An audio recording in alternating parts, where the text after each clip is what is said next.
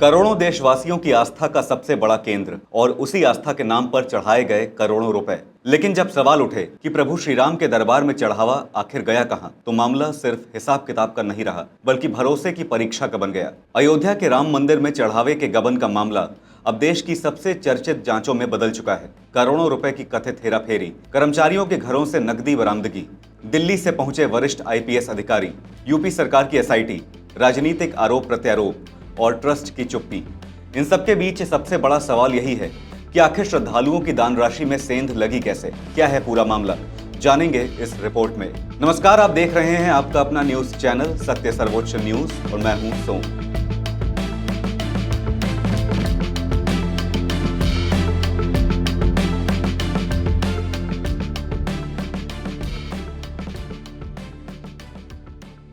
अयोध्या के राम मंदिर में चढ़ावे की रकम में कथित गड़बड़ी का मामला लगातार गहराता जा रहा है और अब तक करीब 2 करोड़ रुपए की बरामदगी होने की बात सामने आई है। वहीं जांच एजेंसियों को आशंका है कि यह खेल 8 करोड़ रुपए से भी अधिक का हो सकता है। मामले के खुलासे के बाद श्री राम जन्मभूमि तीर्थ क्षेत्र ट्रस्ट और जांच से जुड़े अधिकारी लगातार गोपनीय तरीके से जांच में जुटे हैं। शुरुआत में मामले को सार्वजनिक रूप से पुलिस के हवाले नहीं किया गया था, लेकिन जैसे जैसे रकम और नेटवर्क का दायरा सामने आया, जांच का दायरा भी बढ़ता गया। अब इस मामले की जांच के लिए उत्तर प्रदेश सरकार ने 3 सदस्यीय विशेष जांच दल यानी एसआईटी का गठन किया है। यह एसआईटी मुख्यमंत्री योगी आदित्यनाथ के निर्देश पर और ट्रस्ट के अनुरोध के बाद बनाई गई है। एसआईटी की अगुवाई 2004 बैच के आईएएस अधिकारी और लखनऊ मंडल के मंडलायुक्त विजय विश्वास पंत कर रहे हैं।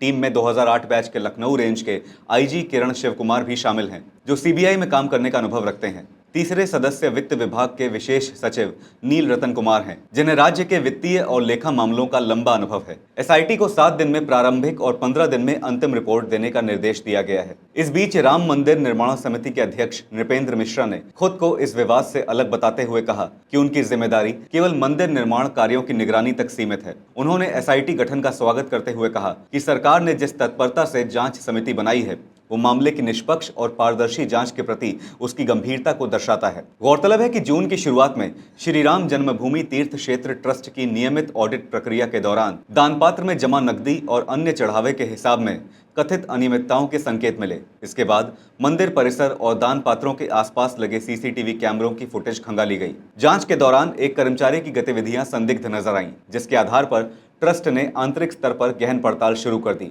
सूत्रों के अनुसार जांच के दायरे में आए लवकुश मिश्रा, अवनीश, अनुकल्प मिश्रा, करुणे और रमाशंकर को हिरासत में लेकर पूछताछ की गई। बताया जा रहा है कि अब तक हुई नकदी और अन्य सामान की बरामदगी इन्हीं 5 की निशानदेही पर हुई है।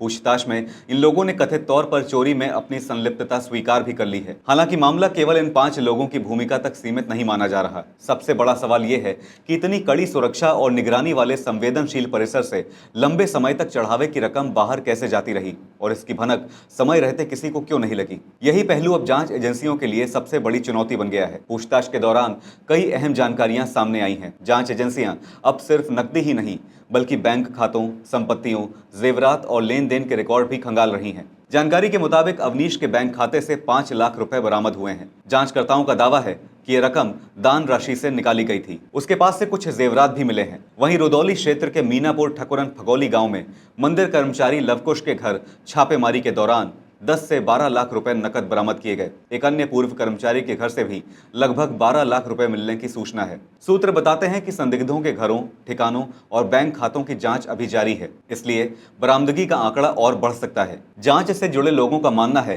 कि अब तक सामने आया पैसा पूरे मामले का केवल एक हिस्सा हो सकता है। यही वजह है कि अब जांच केवल कुछ कर्मचारियों तक सीमित नहीं रखी गई है। ये पता लगाया जा रहा है कि क्या दान पात्रों की निगरानी, गिनती, रिकॉर्डिंग और जमा प्रक्रिया में कहीं संगठित स्तर पर गड़बड़ी हुई थी। जांच एजेंसियां ये भी देख रही हैं कि क्या किसी स्तर पर निगरानी तंत्र कमजोर पड़ा या जानबूझकर कमजोर किया गया, और यहीं से कई बड़े सवाल भी उठ रहे हैं। आखिर देश के सबसे संवेदनशील और हाई सिक्योरिटी धार्मिक परिसरों में से एक में चढ़ावे की रकम में कथित गड़बड़ी कैसे हुई? दान पात्रों की सुरक्षा व्यवस्था क्या थी? कैश काउंटिंग और ऑडिट का सिस्टम कितना मजबूत था? अगर करोड़ों रुपए का अंतर था तो वो समय रहते पकड़ में क्यों नहीं आया? क्या ये केवल कुछ कर्मचारियों का खेल था या इसके पीछे कोई बड़ा नेटवर्क भी काम कर रहा था? इन सवालों के जवाब अब एसआईटी की रिपोर्ट से मिलने की उम्मीद की जा रही है। इस बीच मामले पर राजनीतिक प्रतिक्रियाएं भी तेज हो गई हैं।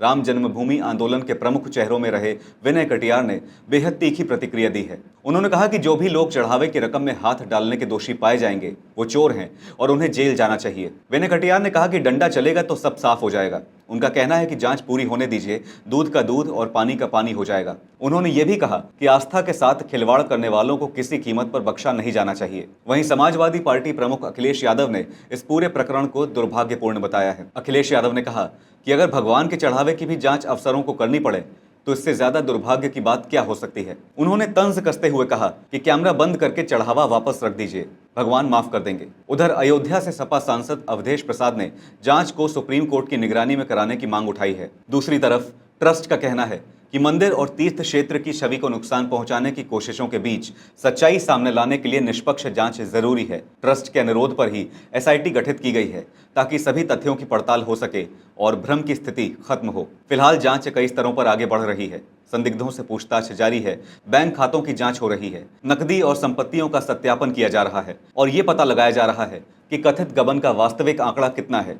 लेकिन इस पूरे मामले में सबसे महत्वपूर्ण बात केवल रुपए पैसे की नहीं है, सवाल उस भरोसे का है जिसके साथ करोड़ों श्रद्धालु रामलला के चरणों में अपना चढ़ावा अर्पित करते हैं। इसलिए अब पूरे देश की नज़र एसआईटी की जांच और उसके निष्कर्षों पर टिकी हुई है। आपकी इस मामले पर क्या राय है, हमें ज़रूर बताइएगा।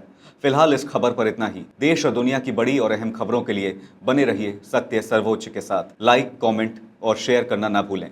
अपना ध्यान रखें। धन्यवाद। जय हिंद।